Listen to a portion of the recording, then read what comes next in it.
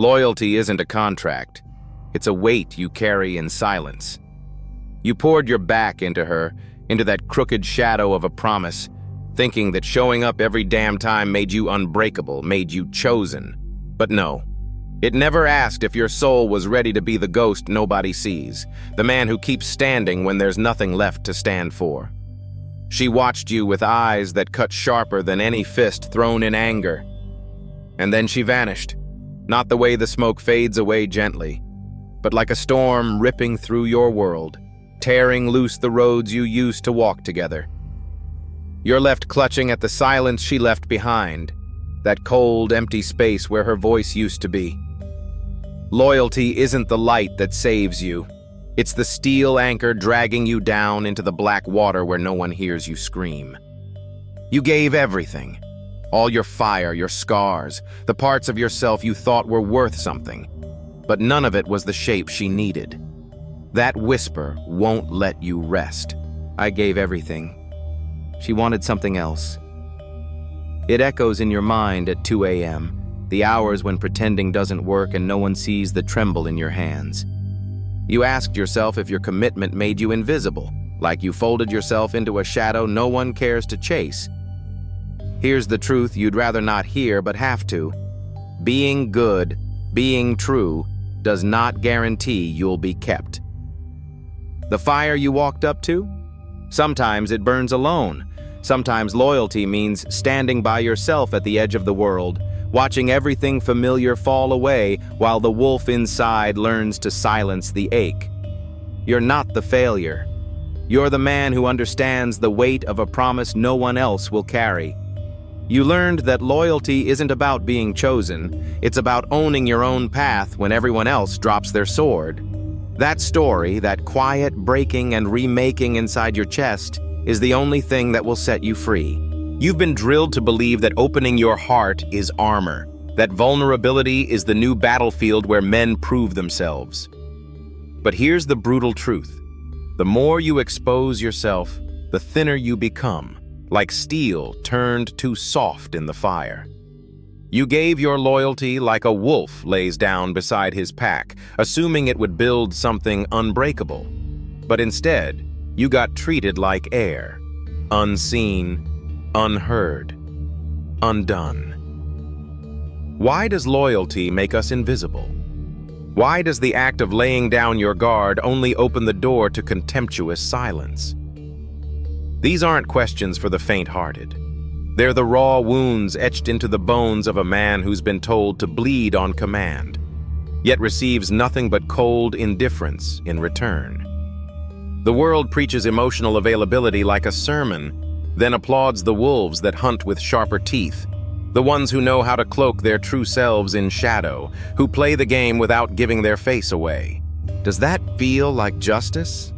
Like respect? Because the harder you push for connection, the more respect slips through your fingers. You stand there, heart cracked open as if forging something real, only to awaken to emptiness that reverberates in the hollow space where respect should be. You've been schooled in scripts that teach you to perform, to twist yourself into what pleases others, mistaking approval for strength. But all along, you've been walking on a map that's been drawn in fog, misled to forget that authentic power isn't performance, it's presence. It's the quiet hold of your own essence, solid as forged iron, unmoving like the mountain in a storm. Yet here you are, caught between the world's demands and your own unfinished self, the seeds of pain growing in the soil of forgotten identity. So you ask, whispering into the void, why is loyalty a path to shadows instead of light? And here's the hardest part. No answer will come that isn't earned. Because real clarity waits beyond the noise, the sting of dismissal, the grinding loneliness, the slow burn of realizing respect seldom comes from laying down your armor, but from standing silent in it, unshaken and unbroken. You've stepped into a crucible that no one warned you about, not for your tears, but for your steel. And there, you find the raw truth. The world respects the wolf who moves through fire with eyes wide open, not the lamb begging for light. Here's the brutal truth they never told you. Pain isn't a weakness. It's the forge. When you've been broken down, thrown against the rocks like a river battered by relentless storms, that's when the steel inside you begins to temper. Stoicism isn't some dusty philosophy for scholars. It's the brutal code for the man who's been tested and beaten, who still chooses to stand. Imagine the storm-tested oak standing in the middle of a thunderstorm. The winds yank at its branches, the lightning cracks the air, but its roots, deep, unshakable, hold steady. It doesn't plead with the storm to stop. It doesn't try to hide behind easy comforts. It bends when it must, but it never breaks. That oak, that silent sentinel, it understands one thing. Peace isn't found in the chaos around you. It's found in holding your ground, in knowing who you are beneath every gust of wind and lash of rain. I had a friend who chased validation like a man starved. Every nod, every smile, every fleeting approval was a fuel he burned to stay alive. But chasing is a trap, a spiral that only digs your roots shallower and your pride weaker. One day, like a wolf who finally stops howling at the moon, he stopped. Not because he stopped feeling, but because he understood that people's opinions are shifting sands beneath a man's feet. He stopped swinging at the shadows of other men's judgments and instead centered himself in his own laws: perception, action, and will. He made choices not to please or to avoid rejection, but because they aligned with his own iron code. And something strange happened. The storm outside didn't ease, but he grew quieter, stronger, more magnetic. Others felt it too. His calm wasn't passive. It was power earned in silence. When you anchor yourself to your values, those deep, unspoken promises you make to yourself, you invite the storm to rage as it will, knowing it no longer decides if you'll stand or fall. This isn't detachment from life. It's mastery of your own universe. You become the calm eye within the hurricane, the oak ruling the wild forest, not through force but through unshakable presence. Your pain, your loss, your rejection, these are not chains but roots digging down into the bedrock of who you are. Remember this: the man who controls his inner world walks unafraid through any storm. He doesn't ask the winds for mercy. He becomes the storm's silent master. Detachment isn't coldness. It's not turning your back or shutting down your soul. It's the hawk's eye, sharp, unblinking, gliding high above the storm so it can see every twisting tornado without getting pulled inside. You learn to care without being consumed, to love without surrendering your center. Your core is armor forged in iron will, not a fragile glass built to shatter at someone else's touch.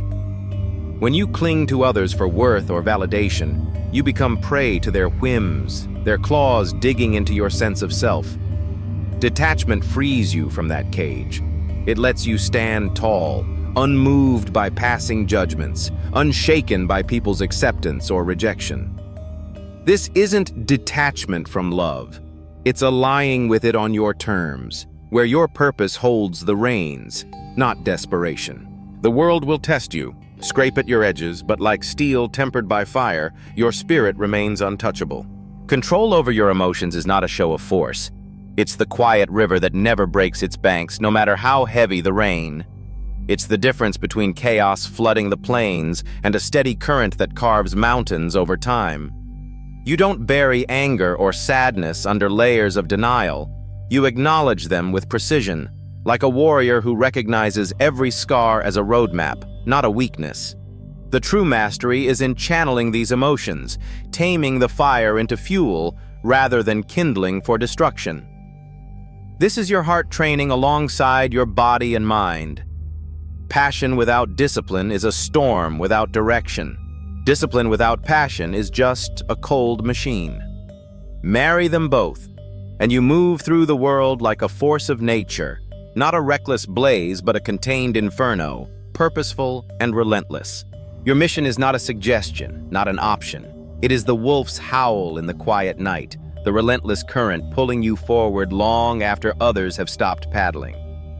Every decision, every sacrifice, every restless night belongs to that mission. Doubts will whisper, shadows will crawl at the edges of your path, but those moments are just noise.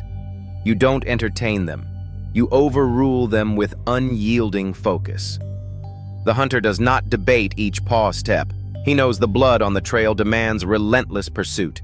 Resist distractions, crush mediocrity, and align every muscle, every breath with what you came here to conquer. Your mission is the steel frame of your existence. Everything else is just the noise that falls away when you hold it tight. Silence is not absence.